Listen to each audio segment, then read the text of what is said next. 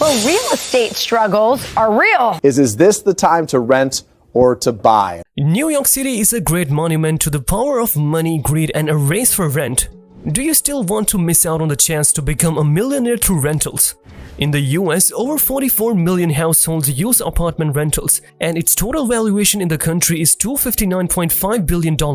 Landlords usually make $10,000 or more a year for each property they oversee. However, some methods can help you improve your income flow. There are some basic steps that everyone should follow to make money for their rental properties. This includes finding a property, calculating the ROI, and finding and keeping the tenants.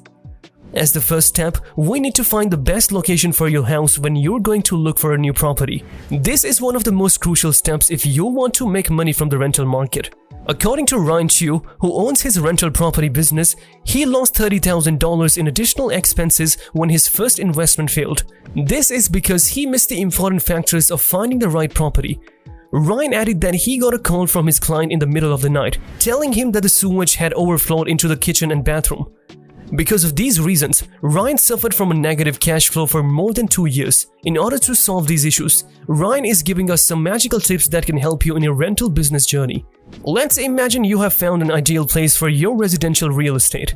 After this, we need to consider what qualities an ideal tenant will look for in that real estate.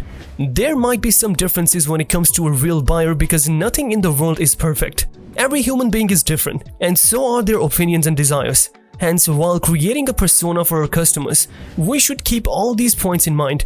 Imagine you are planning to rent for families. In this case, you should create a persona that considers the families.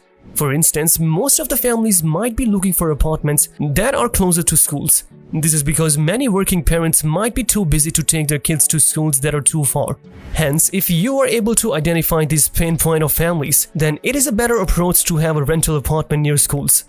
By taking apartments that are closer to schools, families can go to their kids' schools immediately whenever there is an emergency. Now, imagine you are planning to rent out for working professionals or healthcare workers. Their main need will also be apartments that are closer to their workspace, which will help them reach their home after heavy workloads. Moreover, if you are able to give more specs with affordable options, you are going to be a king in their minds. What would it look like to go for a party after a heavy working day? The day is going to be more exciting if the party spot is near your home. People are looking for easy accessibility to parks, retail malls, and public transportation, which can make your rental property more attractive. As people find your property as a better option, the demand will go up. This will help you charge a good amount for your rentals. You can also try to find locations that are in need for rentals. For instance, the Midwest and Northeast have seen the largest increases in rentals recently. According to a Twitter post shared by Warren Buffett, we can see that he has shared his opinions regarding his real estate investments.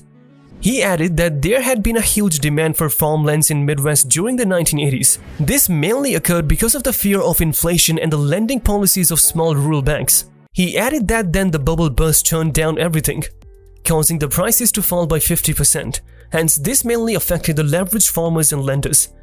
During this period in 1986, Warren bought a 400-acre farmland, which is located 50 miles north of Omaha.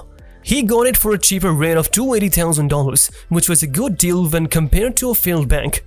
We can see that Buffett was not a person who loved farming. However, one of his sons was into farming, which helped him learn the basics of farming and how it works.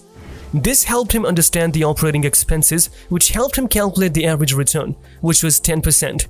Buffett also calculated the productivity would increase, and so would crop prices, which helped him make the decision to buy the farmland, even though it might be difficult for a beginner to analyze the market conditions and make a decision. You will learn everything through experiences. However, one thing that we should keep in mind is the tax that might grab all your returns. There may be a larger property tax burden associated with investing in the greatest communities. Hence, always do your homework on these rates before deciding what to buy. It's also important to consider the general rent in a certain location and whether we can anticipate an increase in rent in the near future due to an increase in demand. According to Ryan, he owns rental homes for university students. Before investing in those properties, he identified and asked himself some questions. This includes all the college options in the area and the enrollment trends. He also analyzed the percentage of students living off campus and thought of what specs they would need when they looked for a rental. Moreover, you must identify your competitors to see whether there is a gap for you to fill. For instance, he analyzed whether the on-campus occupancy rates are high or not. And if that is the case, what options can be given to off-campus students?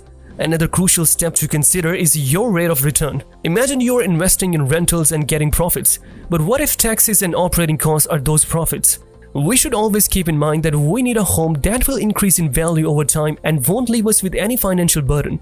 Hence, we should calculate all the costs related to property ownership, including your mortgage, property taxes, insurance, upkeep, repairs, and interest-bearing mortgage payments to determine your return on investment. Subsequently, we can anticipate the rental revenue. Then it would help if you subtracted the investment cost from whatever is left over after your bills are paid. We can see that a rental property ROI between 5% and 10% will be a good return. Additionally, it would help if you consider the upfront costs associated with the property, such as mortgage, which might drastically cut into your return on investment over time. At least it would help if you try to keep that value at break-even. Hence, you should know that if an investment is consistently losing money because of your high mortgage and low rental potentials, it can be considered a bad investment. The next step is finding your dream tenants with whom we want to work. Knowing about them will help you determine what kind of accommodations they would like and whether you can provide that or not. The next step is to market the area where your ideal tenants are likely to be looking for a space. There are a lot of groups like Craigslist, Zillow, and housing-related Facebook groups that will help you identify your ideal tenants. Sometimes the initial clients might not be the ones with whom we want to work. Even though that is the case, we shouldn't leave out that chance. These people are going to be our portfolio builders. They will help you build an attractive portfolio of your work, which will help you attract your dream tenants. Once you have consistent leads, you'll want to filter them and figure out who you want to rent out to. At the initial stages, keep an eye out for warning signs, such as those individuals who make irrational requests or those who lack responsiveness. Additionally, you should confirm that those tenants have sufficient income to pay you for their rent. Hence, you need to ask them for proof of income to double-check this. Moreover, you should confirm that your tenants have a co-signer with a steady salary if their college students or low-income group people. You might have that tendency to rent out that first applicant you encounter. However, it is better to keep your expectations low so that no issue will happen later.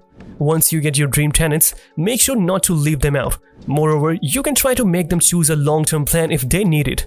This will make the process simpler, and it will take you less time to maintain good tenants. Hence, you can save time looking for new clients. The best way to do this is to build a good tenant-landlord relationship. This doesn't mean you should agree to all the irrational requests they place. Instead, you can treat them with decency and consideration like a friend or co-worker. Tenants are less likely to move if they perceive that you appreciate them and are responsive to their housing-related requirements. All the very best for your rental business journey ahead. We would love to know your thoughts on these tips. Please let us know in the comments. Thank you so much for watching. If you're ready to make your rental properties more profitable in 2024, please don't forget to hit the like button. Make sure to subscribe and click the notification bell so you never miss out on our latest investment strategies. Until next time.